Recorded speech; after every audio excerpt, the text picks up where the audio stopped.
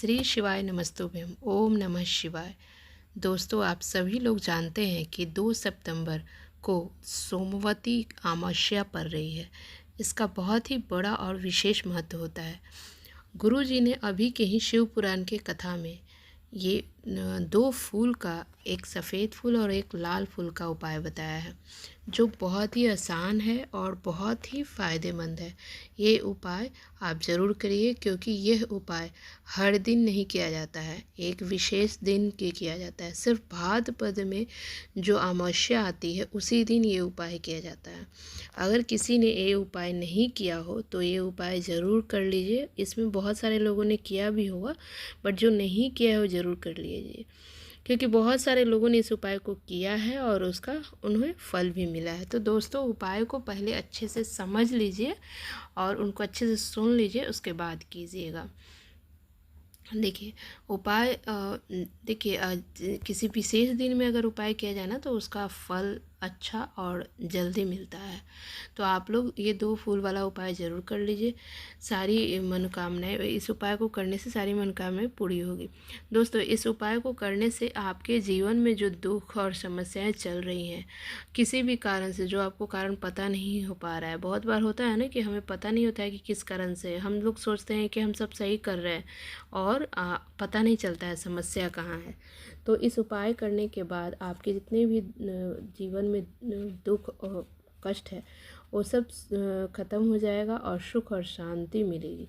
इस उपाय को आप सुबह भी कर सकते हैं और शाम में भी कर सकते हैं। सुबह में तो हम आपको पता ही है कि जितना जल्दी सुबह उठे कर सकते हैं, या आप 12 बजे से 11 बजे से पहले कर लीजिए।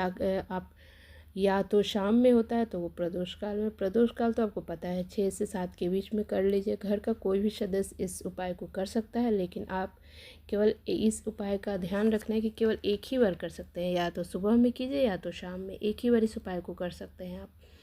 और इससे पहले दोस्तों, अगर आप हमारे चैनल को सब्सक्राइब नहीं किए हैं तो प्लीज़ आप सब्सक्राइब कर दीजिए और कमेंट बॉक्स में हर हर महादेव ज़रूर लिखिए। इस उपाय के लिए आपको एक लाल फूल और एक सफ़ेद फूल लेना है, और साथ में एक बेलपत्र लेना है और एक समी पत्र लेना है।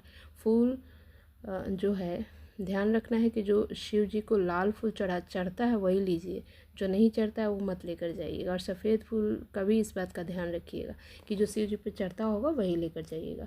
और ये शाम जो सामग्री, 4 सामग्री लेकर आपको शिव मंदिर में जाना है, क्योंकि ये सोमवार का व्रत है और ये शिवलिंग के पास जाकर ये व्रत किया जाता है।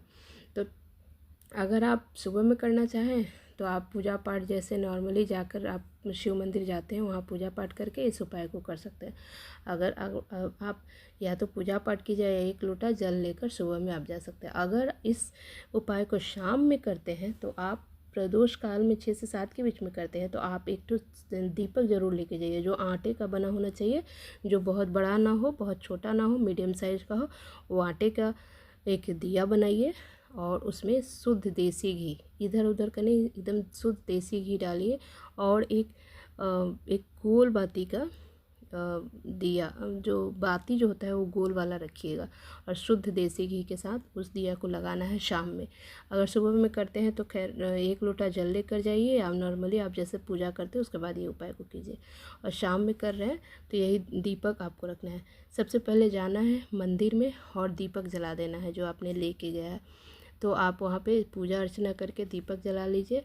और जो सामग्री आप लेकर गए उसमें से सबसे पहला जो फूल होता है, आप वो माता अशोक सुंदरी के जी के स्थान पे एक बेलपत्र जो है, सबसे पहले वो माता अशोक सुंदरी के स्थान पे रखना है। डंडी आपको जलाधारी के तरफ होगा और उसका जो पत्ता होगा वो शिवलिंग के तरफ होगा। और एक समी पत्र है उठा, वो भी उसके ऊपर, जो आपने बेलपत्र रखा है उसके ऊपर चढ़ा दीजिए, समर्पित कर दीजिए, जिसका डंडी फिर आपको जलाधारी की तरफ होगा और उसका जो पत्ता है वो शिवलिंग की तरफ होगा। इस तरह से रखिएगा।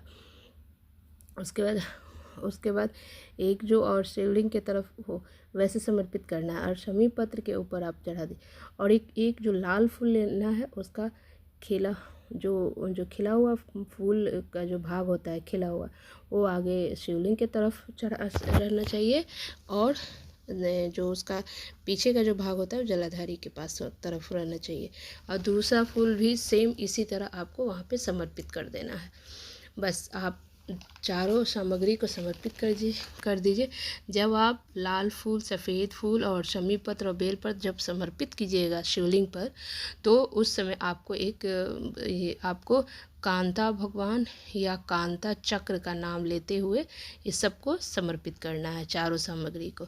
अब भगवान शिव जी और श्री नारायण जी का स्मरण करना है और कुछ हुए अपनी जो मनोकामनाएं हैं, जीवन की जो समस्याएं हैं, उसको बोलना है वहाँ बैठकर और एकदम ध्यान लगाकर श्री शिवाय नमस्तुभ्यम का ये जाप करना है और वहाँ अपनी जितनी भी जो भी आपकी समस्याएं हैं उसको कहना है, बोलना है।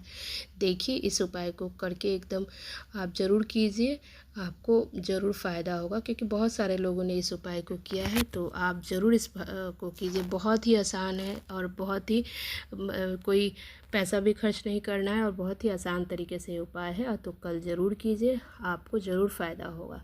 बहुत बहुत धन्यवाद।